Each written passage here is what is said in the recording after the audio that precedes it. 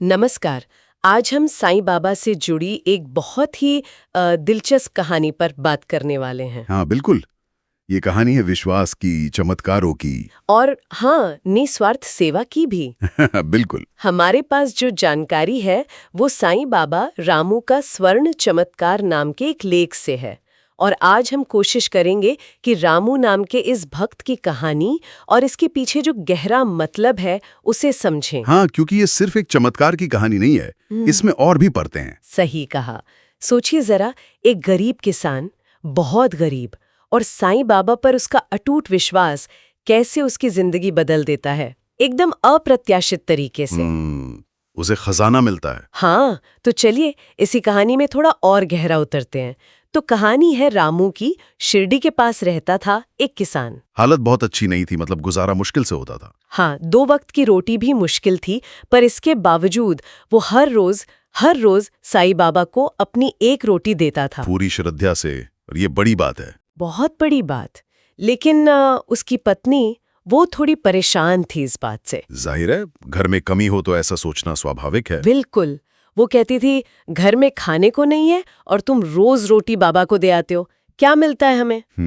शक था उसे। हाँ, पर रामू का विश्वास वो टस से मस नहीं होता था। उसका बस एक ही जवाब होता, बाबा जो करते हैं अच्छा ही करते हैं। कमाल का भरोसा था, अटूट। फिर एक दिन कहानी में एक मोड़ आता है। रामू रोज की तरह रोटी लेकर बाबा के पास गया। और बाबा ने रोटी ली और फिर कुछ कहा उससे? हाँ, कहा, जा, आज तेरा भाग्य खुलने वाला है। अरे वाह! घर लौटकर अपने कुएं के पास की जमीन खोद। सीधा निर्देश, कोई लाग लपेट नहीं। बिल्कुल। और रामू, उसने एक पल भी नहीं सोचा, कोई सवाल नहीं। विश्वास। हाँ, सीधा घर लौटा और रात में ही कुएं के पास खोदना शुरू कर दिया। और उसे मिल गया? मिल गया, सोने के सिक्कों से भरा एक बर्तन। क्या बात है! वो खुशी से चिल्लाया, साईं बाबा की जय। ये घटना ये दिखाती है कि विश्वास और उसका नतीजा, मतलब फल, कितना सीधा जुड़ा है। बाबा ने कहा और रामू ने फौरन कर दिया, बिना सवाल किए। हाँ, ये फौरन अमल करना, ये कमाल है। बिल्कुल, ये उसके गहरे विश्वास का सबूत है। भक्ति कहानियों में ऐसे चमत्कार अक्सर आस्था को और मजबूत करते हैं। लोगों को लगता है कि हाँ, भगवान सुनते हैं, वो मदद करते हैं। सही। ये सिर्फ संयोग नहीं माना जाता है ना, इसे विश्वास का फल मानते हैं। हाँ बिल्कुल, विश्वास की परीक्षा का परिणाम। अच्छा, पर एक बात और, रामू की पत्नी का जो शक था, हाँ, वो कहानी में कैसे दिखाया गया है? मतलब ये विश्वास और शक का जो कंट्रास्ट है। हाँ, वो बहुत जरूरी हिस्सा है कहानी का। पत्नी का शक रामू के अटूट विश्वास के बिल्कुल सामने खड़ा है। कहानी इस कंट्रास्ट को इस्तेमाल करती है ये बताने के लिए कि शक शायद भगवान की कृपा में रुकावट डालता है। अच्छा। जबकि पूरा भरोसा, पूरा समर्पण वही चमत्कार को मुमकिन बनाता है। पत्नी का शक मतलब मानवीय स्वभाव हो गया। हाँ, और रामू का विश्वास, दैवीय पर भरोसा। कहानी साफ तौर पर रामू के रास्ते को सही बताती है। ये दिलचस्प नुक्ता है।